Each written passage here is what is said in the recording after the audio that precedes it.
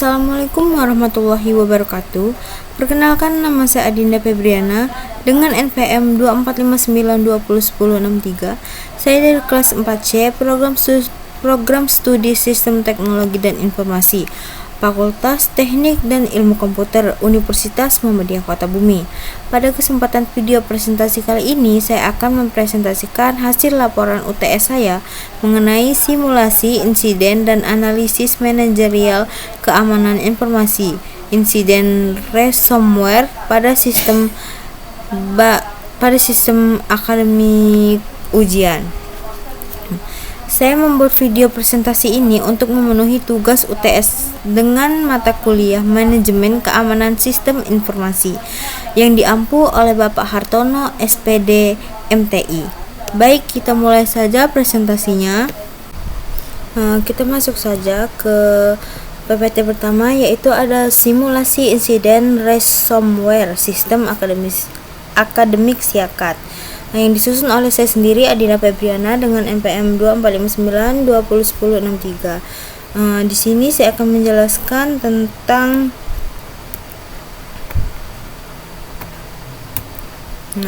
ada ringkasan eksekutif, analisis dampak operasional dan resiko manajerial. Ini menunjukkan fokus bahasa slide yaitu mengevaluasi bagian suatu kegiatan mengaruhi jalannya operasional perusahaan dan resiko apa saja yang perlu dikelola oleh manajemen. Yang selanjutnya ada insiden ransomware. Di sini ada server utama Siakat, yaitu sistem informasi akademik, terkena enskripsi total tepat pada hari pelaksanaan UTS, yaitu ujian tengah semester. Ini adalah skenario buruk bagi institusi pendidikan karena melumpuhkan aktivitas akademik utama. Yang kedua ada penyerangan meminta tebusan dalam bentuk Bitcoin sebagai syarat untuk memberikan kunci deskripsi pembukaan kunci data. Ditandai dengan tabel merah menyala, kritis, layanan mati total, menunjukkan urgensi tinggi bagi manajemen.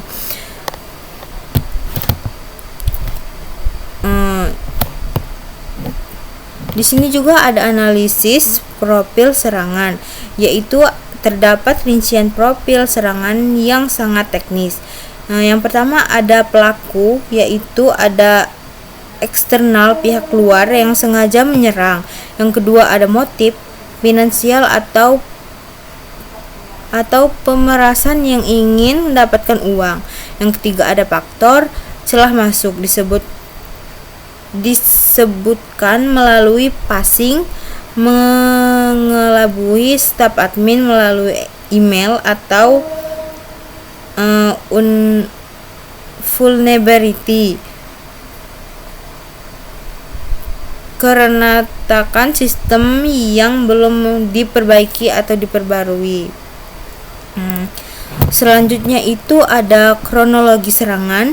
Di sini ada fase deteksi dini H-3, yaitu ada aktivitas terjadi fraud scanning. Ini adalah tahap pengintaian di mana penyerangan mencari pintu masuk yang terbuka di server. Selanjutnya ada kegagalan sistem. Sebenarnya mencatat aktivitas ini di log, namun tidak ada respon aktif dari tim IT atau keamanan. Ini adalah momen peluang emas yang terlewatkan untuk mencegah serangan.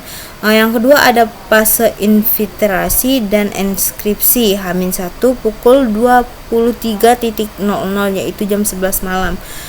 Di sini ada aktivitas malware melalui bekerja secara siluman, tidak terdeteksi di luar jam kantor. Selanjutnya ada strategi penyerangan, memilih waktu malam hari 23.00 sangat cerdik karena biasanya pengawasan manusia sedang minimal sehingga enskripsi data misal bisa berjalan tanpa gangguan. Yang ketiga ada fase kritis hari H. Kondisi sistem terkunci total tepat pada saat 3.000 mahasiswa mencoba mengakses layanan untuk UTS. Dampaknya ada terjadi kekacauan operasional di titik ini. Organisasi sudah kehilangan kendali penuh atas infrastruktur digitalnya. Yang keempat itu ada fase pemulihan H+3. Tindakan ini ada tim IT melakukan restore dari backup data lama yang konsekuensinya itu buruk karena backup yang digunakan adalah data lama, maka data 3 hari terakhir hilang sepenuhnya, data loss. Hal ini menunjukkan bahwa kebijakan cadangan backup politik mereka tidak dilakukan secara harian atau real time,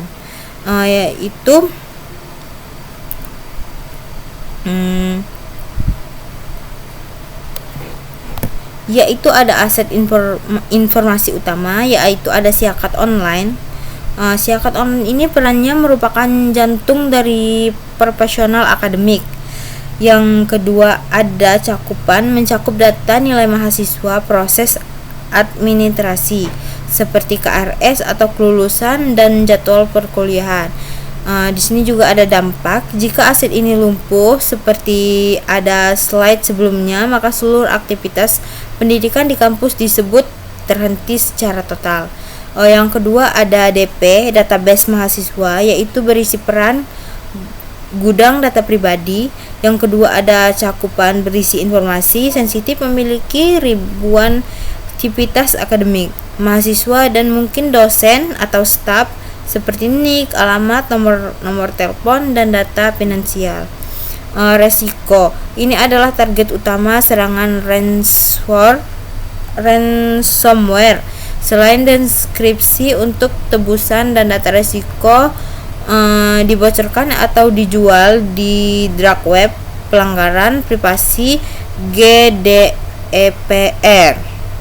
Yang terakhir, yang ketiga ada jaringan kampus yang berisi peran instruktur pendukung atau jalan raya digital. Ada cakupan juga konflik aktivitas fisik dan nirkabel wifi di seluruh gedung kampusnya. Terus juga ada dampak jika jaringan ini dikuasai penyerang, mereka bisa menyebarkan malware ke perangkat lain yang terhubung ke komputer laptop dosen, atau mematikan akses internet seluruh area kampus. Di sini juga ada dampak bisnis nyata, yaitu ada mahasiswa terdampaknya. Lebih dari 3.000 mahasiswa merasakan dampak langsung dari insiden ini. Seterusnya ada downtime, operasional akademik lumpuh total selama 5 hari dapat pada masa ujian. Selanjutnya ada kerugian finansial, emanasi kerugian mencapai ratusan jutaan rupiah. Selanjutnya ada implementasi hukum, terdapat risiko pelanggaran Undang-Undang PDP nomor 27 2022 karena adanya akses tidak sah terhadap data pribadi Civitas Akademika.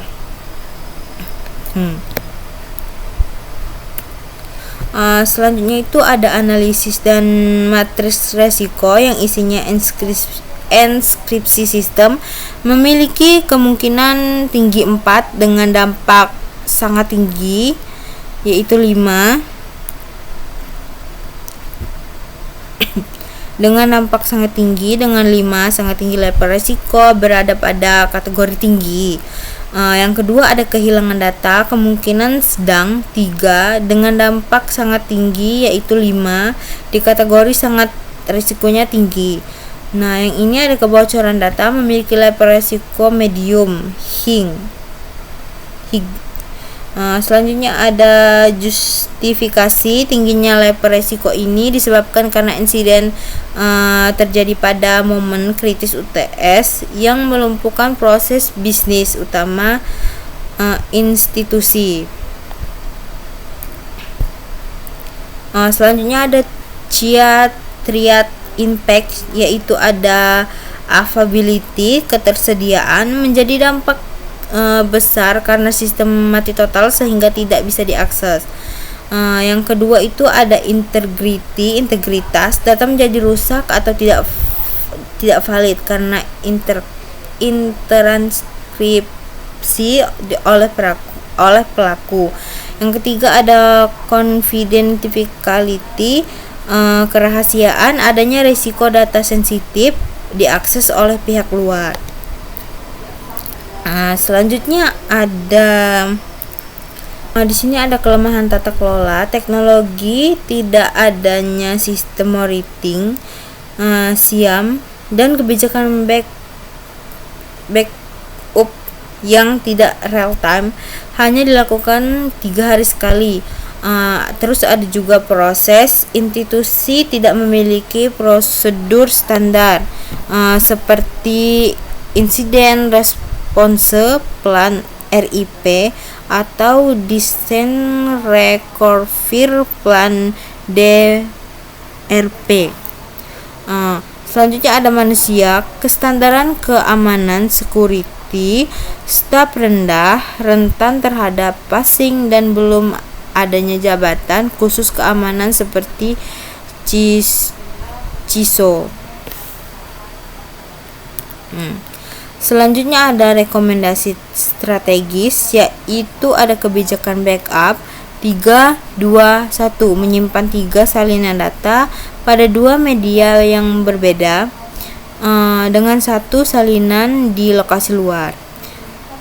Selanjutnya ada pitch management dan zero trust. Pembaruan sistem wajib dilakukan maksimal 72 jam setelah patch kritis dirilis. Yang selanjutnya ada program WARS, pelatihan anti-phishing dan simulasi insiden secara periodik minimal tiap semester.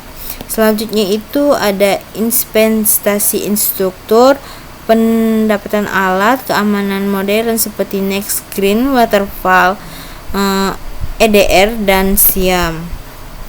Di sini ada selanjutnya itu ada image source, yaitu tidak perlu dijelaskan, cuman dia karena ada ininya.